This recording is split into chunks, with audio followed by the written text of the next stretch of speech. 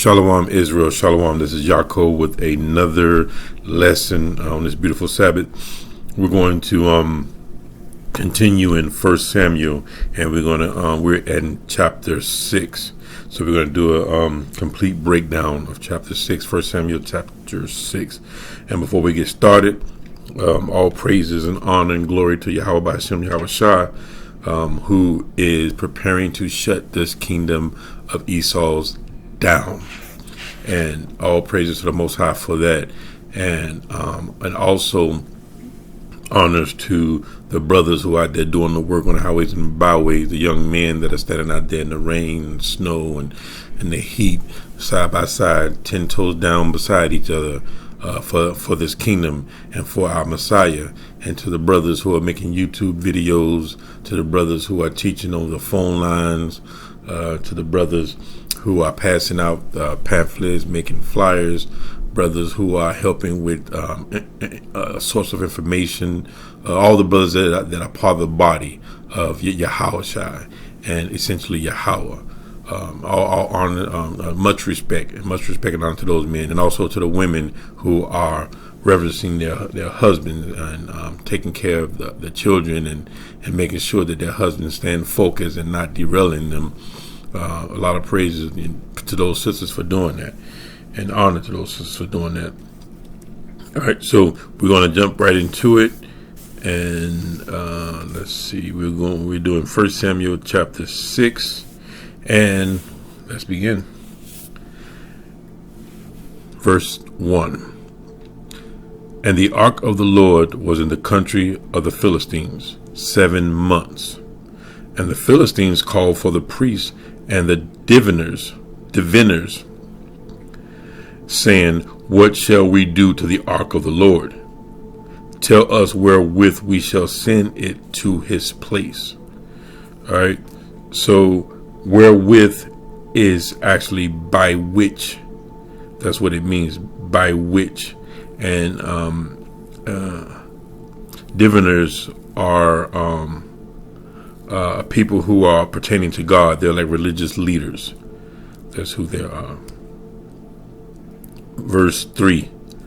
And they said, "If ye send away the ark of the God of Israel, send it not empty, but in any wise return him a trespass offering, then ye shall be healed, and it shall be known to you why his hand is not removed from you."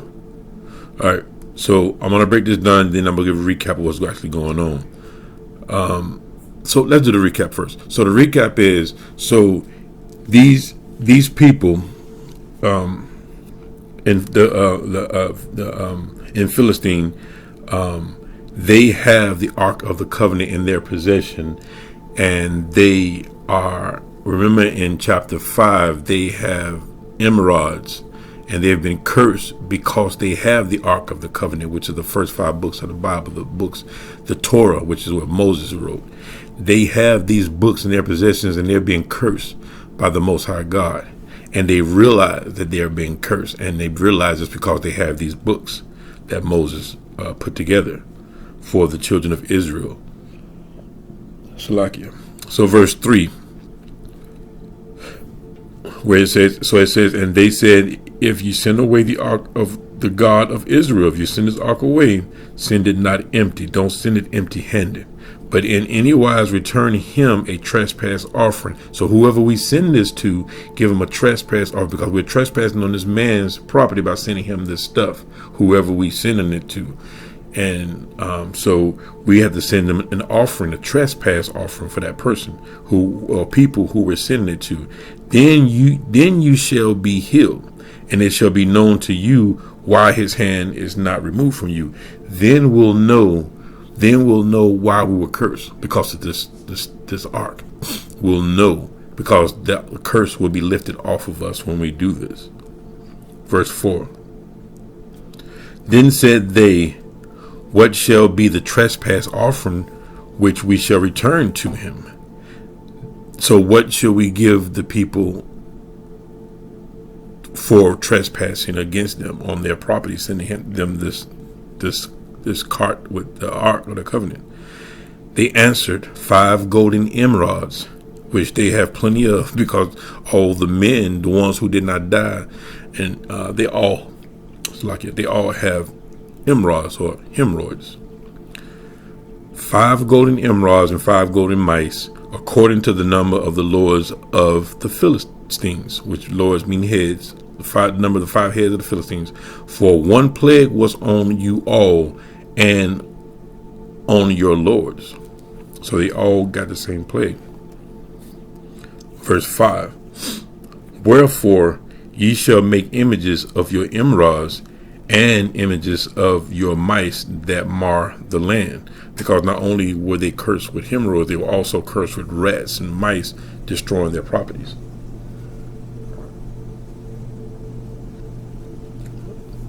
All right, continuing in verse 5. And ye shall give glory unto the God of Israel. Peradventure, which is perhaps, peradventure he will lighten his hand from off you. So they don't even know if this is going to work for sure. They're saying, well, perhaps this will work. You won't be cursed anymore if you give these 5. You take 5 pieces of hemorrhoid, images of hemorrhoids, 5 hemorrhoids and 5 mice, and you dip them down in some gold, and make those golden images out of the emerods and the image of emerods and the mice. Maybe this will work, where the curse will get off of you. Perhaps, or peradventure, he will lighten his hand from off you and from off your gods and from off your land. Maybe y'all won't be cursed anymore. Verse 6. Wherefore then do ye harden your hearts?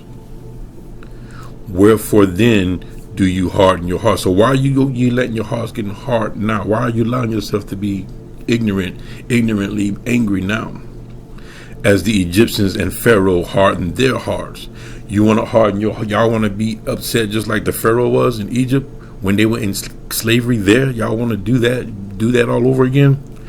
When he had wrought wonderfully among them. Wrought is past tense of worked. When the Most High God worked wonderfully among those pharaohs. Did they not let the people go and they departed? Did not the Pharaoh let these people go? The same people we're dealing with about this ark. Did not they let them people go? 7. Now therefore, because they're afraid of our God. 7. Now therefore make a new cart, and take 2 milch kine, on which there hath come no yoke, and tie the kine and tie the kine to the cart, and bring their calves home from them. All right, so verse 7 is talking about, well, milch is a mammal that is used for milk. Milch is a mammal that is used for milk, and a kine is a cow. So we're talking about a milch kine is a milking cow, basically, and we're talking about 2 milking cows, and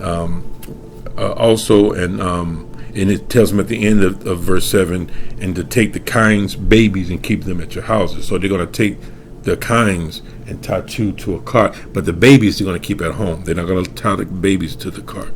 Keep the carts at home. And they're preparing this cart to send away the Ark of the Covenant. They're making a cart with wheels, and they tying two cows to it, and they're gonna, but we'll get more in detail in verse 8. And take the ark of the Lord and lay it upon the cart, and put the jewels of gold. Remember those jewels of gold, the hemorrhoids and the rats or the mice. And put the jewels of gold which ye return him for a trespass offering in a coffer by the side thereof, and send it away that it may go. All right, a coffer is a small chest, and the jewels are for the people they're going to send this cart to. That's just for them trespassing. They're going to give them gold to do, and it's going to be explained what it's for. And they're going to smack the cows on the ass and let it go. Verse 9. And see if it goes up by the way of his own coast to Bethshemesh. So they had an idea it came from Bethshemesh. Then he have done us this great evil. But if not, then we shall know that it is not his hand that smote us. It was a chance that happened to us. So verse 9 is talking about, well, first of all, Beth Shemesh is 19 miles west of Jerusalem, to give you an idea. Beth Shemesh is 19 miles west of Jerusalem. So if these kinds go to them in Beth Shemesh, if these kinds go to them, we'll know it was them who cursed us. But if it doesn't go to them, we'll know. If it goes somewhere else or doesn't go anywhere at all, we'll know that we're cursed by chance, and it had nothing to do with the ark. Ark of the Covenants. All right, verse 10. And the men did so, and took 2 milch kine, and tied them to the cart, and shut up their calves at home. Verse 11. And they laid the ark of the Lord upon the cart, and the coffer with the mice of gold and the images of the emeralds.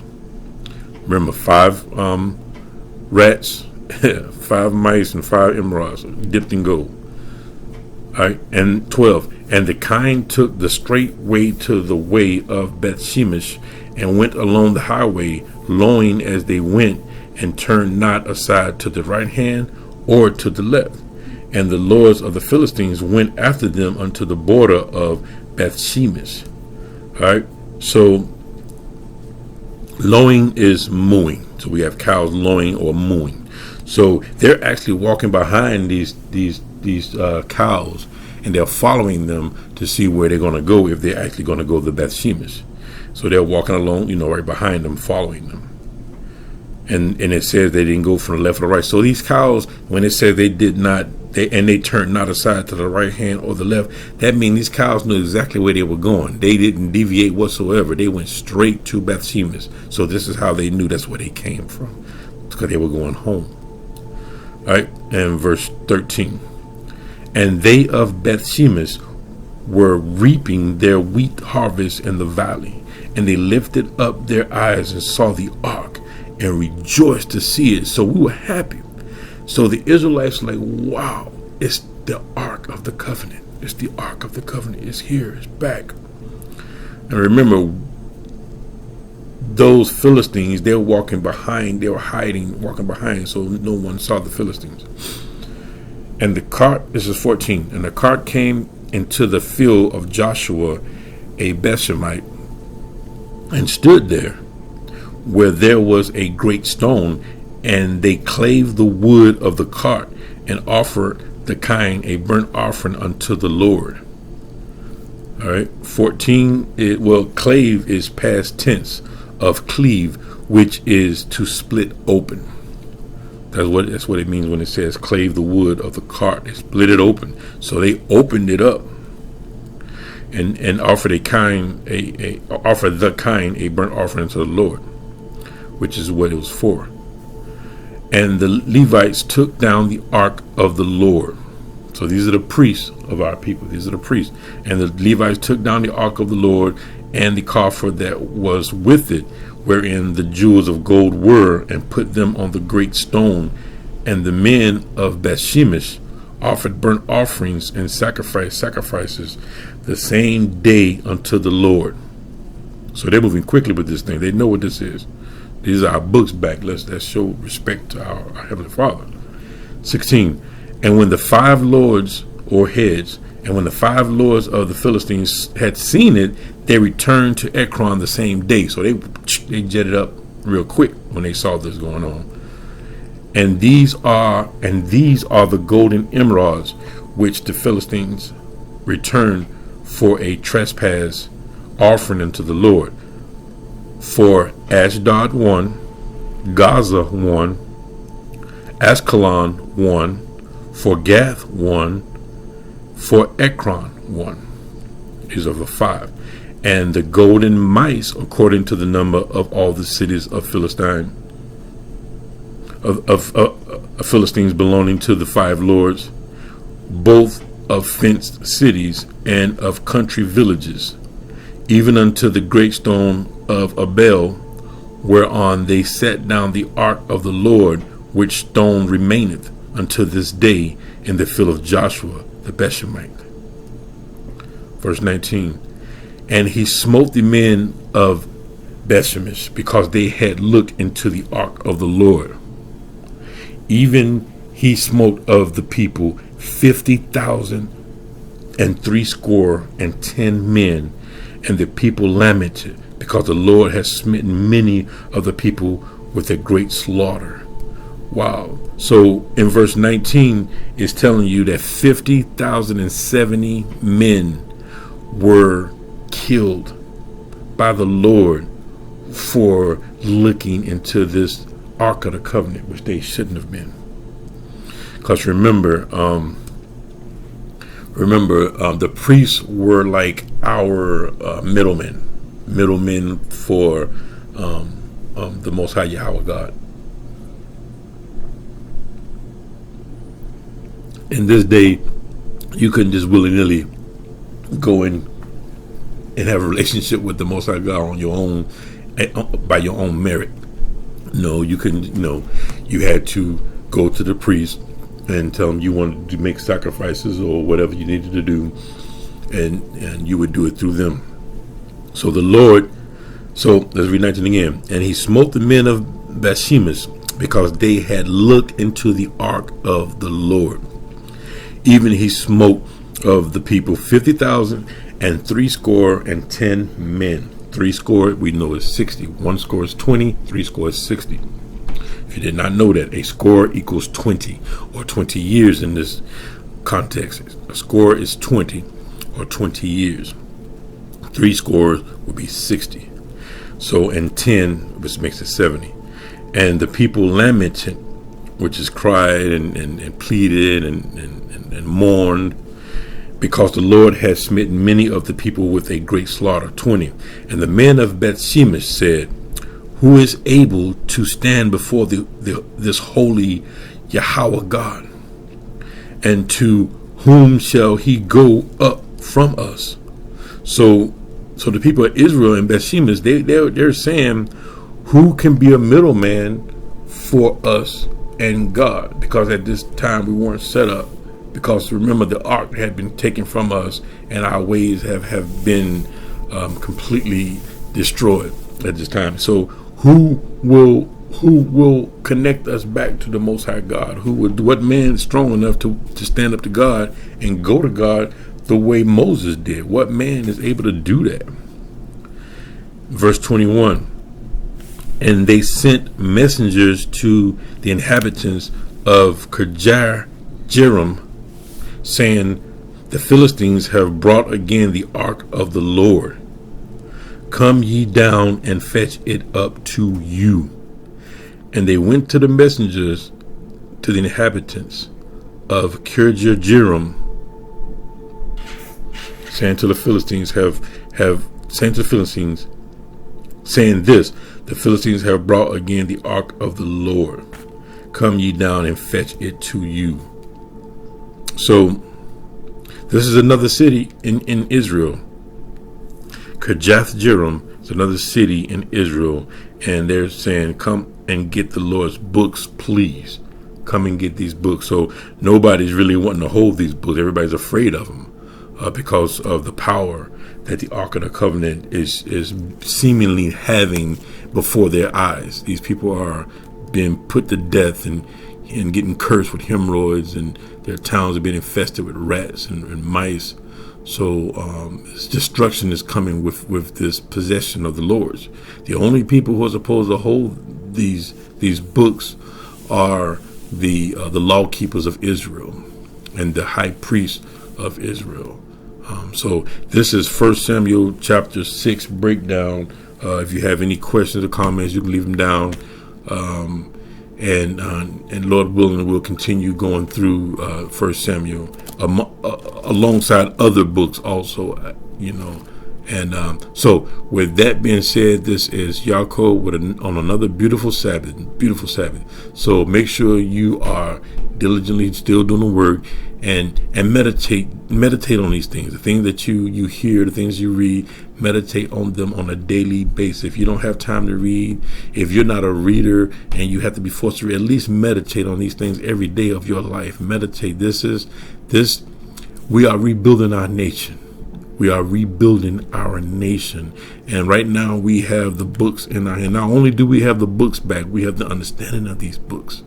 So continue doing these things, Israel. Continue doing these things and continue edifying and teaching each other, and stop. And if you are a scoffer, stop it. Stop scoffing. Stop it. If someone believes something different than what you believe, if it's not going to keep them or you from the kingdom, it's okay. If you think something is saying something, something is saying something else, if you can't agree, just move on. We just keep the laws and move on. Stop scoffing each other. It's enough of that. I'm Yaakov saying shalom to all Israel, and I love you, and I want to keep making sure that I take care of myself so I can keep teaching you, and you keep taking care of your vessels so you can continue pushing this thing so we can get the hell up out of here. Shalom.